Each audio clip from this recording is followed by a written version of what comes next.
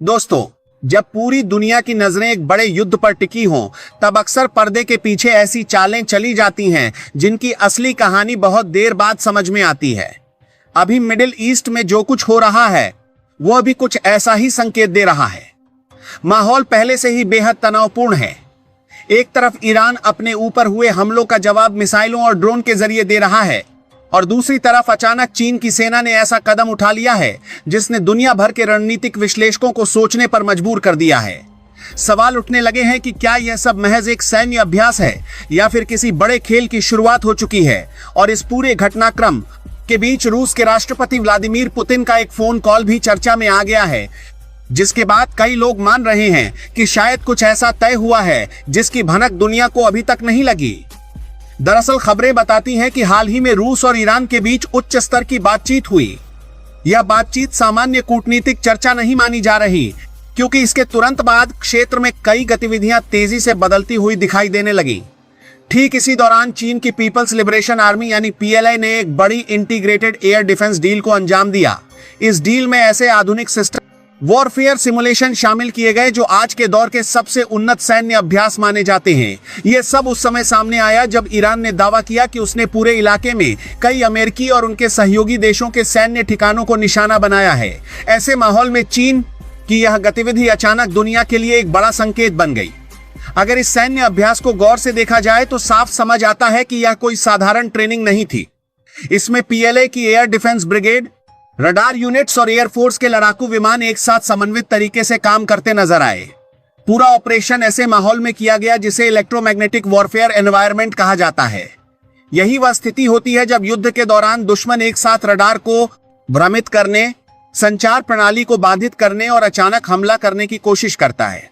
इस तरह का अभ्यास आधुनिक युद्ध की सबसे कठिन परीक्षा माना जाता है। इस ड्रिल में कुछ बेहद अहम हथियार प्रणालियां भी शामिल थीं। इनमें C-25 एयर डिफेंस सिस्टम जैसे प्लेटफॉर्म शामिल किए गए। इसके साथ ही PG-99 की 35 मिलीमीटर एंटी एयरक्राफ्ट आर्टिलरी भी तैनात दिखाई दी। इन सब का मकसद एक ऐसा मजबूत सुरक्षा जाल बनाना था जो आसमान से आने वाले किसी भी बड़े ड्रोन या मिसाइल हमले को रोक सके। आज के दौर में युद्ध का सबसे खतरनाक रूप वही माना जाता है जिसमें दुश्मन एक साथ सैकड़ों ड्रोन और मिसाइल छोड़ देता है। यही वह जगह है जहां कहानी और दिलचस्प हो जाती है। हाल के दिनों में ईरान ने जिस तरह से ड्रोन और मिसाइलों का इस्तेमाल किया है, उसने दुनिया की बड़ी बड़ी सेनाओं को चौंका। अगर किसी देश पर एक साथ बड़ी संख्या में ड्रोन और मिसाइल छोड़े जाएं, तो उसे सैन्य भाषा में सैचुरेशन अटैक कहा जाता है। ऐसे हमले में कई बार सबसे आधुनिक एयर डिफेंस सिस्टम भी दबाव में आ जाते। शायद यही वजह है कि कई विशेषज्ञ मानते हैं कि चीन इस पूरे संघर्ष को केवल दूर से देख नहीं रहा, बल्कि हर पल उससे सीख भी रहा है। मिडिल ईस्ट का यह युद्ध धीरे धीरे एक ऐसे मैदान में बदलता दिखाई दे रहा है जहां भविष्य की सैन्य रणनीतियों का परीक्षण हो रहा है। यहाँ जो हथियार, रणनीतियां और तकनीकें आज इस्तेमाल हो रही हैं, वही आने वाले समय में दुनिया के दूसरे हिस्सों में दिखाई दे सकती हैं। अगर इस नजरिए से देखा जाए तो पीएलए का यह अभ्यास केवल एक ट्रेनिंग नहीं, बल्कि आने वाले बड़े संघर्षों की तैयारी भी हो सकता है। दूसरी तरफ अमेरिका और इजराइल इस पूरे घटनाक्रम को बेहद गंभीरता से देख रहे हैं, क्योंकि अगर चीन और रूस जैसे शक्तिशाली देश किसी भी रूप में ईरान के साथ रणनीतिक रूप से खड़े दिखाई देते हैं, तो यह टकराव सिर्फ मिडिल ईस्ट तक सीमित नहीं रहेगा। इसका असर दुनिया के कई हिस्सों में महसूस किया जा सकता है। इसी बीच चीन ने एक वीडियो भी जारी किया जिसने इस पूरे माहौल को और रहस्यमय बना दिया। उस वीडियो में चीन के फाइटर जेट हवा में अभ्यास करते हुए दिखाए गए, जहां pilot air to air dog fight की ट्रेनिंग कर रहे थे। वीडियो के साथ एक संदेश भी दिया गया, किसी भी समय युद्ध के लिए तैयार रहो। यह संदेश ऐसे वक्त आया जब पूरे क्षेत्र में पहले से ही तनाव चरम पर है। अब सबसे बड़ा सवाल यही है कि क्या चीन सीधे तौर पर ईरान के साथ खड़ा होगा। कई विशेषज्ञों का मानना है कि चीन शायद खुलकर युद्ध में उतरने से बचेगा, लेकिन वह पर्दे के पीछे से कई तरह का समर्थन दे सकता है।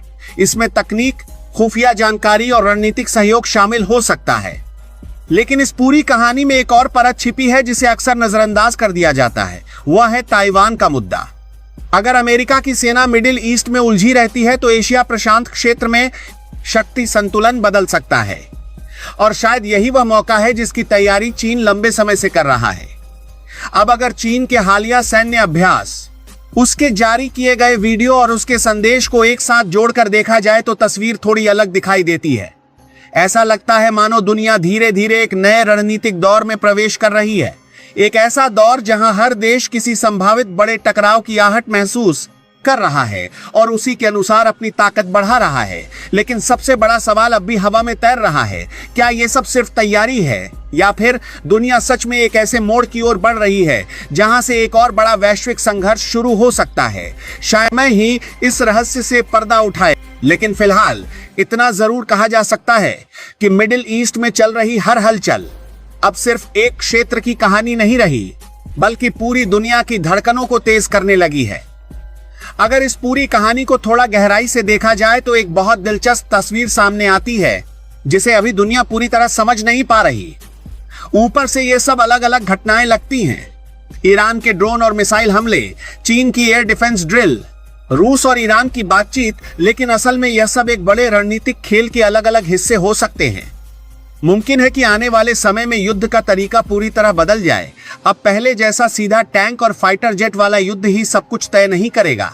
असली ताकत उस देश की होगी जो दुश्मन की तकनीक को अंधा कर सके, उसके रडार को बेकार कर सके और एक साथ इतनी बड़ी संख्या में ड्रोन भेज दे कि सामने वाले की सबसे मजबूत रक्षा भी थक जाए।